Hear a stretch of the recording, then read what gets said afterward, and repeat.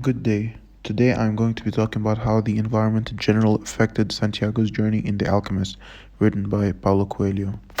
So, what exactly is the environment that Santiago had to go through throughout the entire book?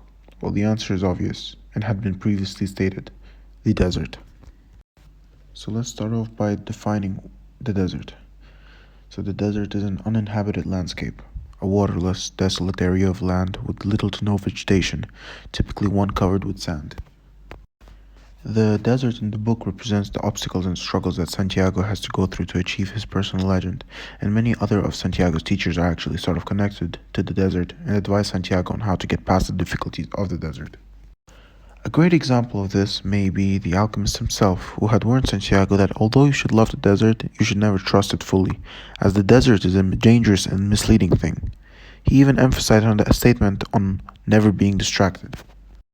The camel driver in the book had also warned Santiago about the desert. He had stated that once a person enters the desert, there is no going back, and whatever will be put in front of him is up to Allah. This had helped Santiago to realize that whatever happens is God willing, and if he dies, he would at least be trying to achieve his personal legend. Anyways, in what ways exactly does the desert shape Santiago's personal legend? Well, the desert's empty and dry atmosphere was a physical and mental test for Santiago. It was radiating with a silent and isolated noise. However, this helped Santiago in his observing and reflecting skills.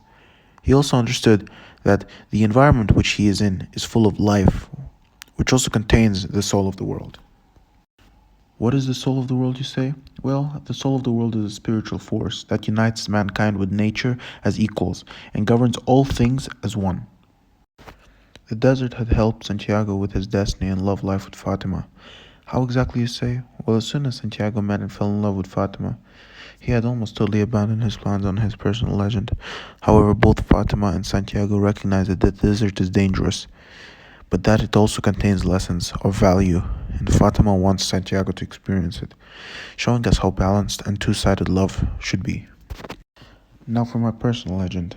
I must endure my environment and the difficulties that it carries to have a breakthrough in finding my personal legend, and in fulfilling my destiny just like Santiago did with the desert. Personally, I would like to become a world-class lawyer working for a prestige advocate office, and later to go into the fashion business.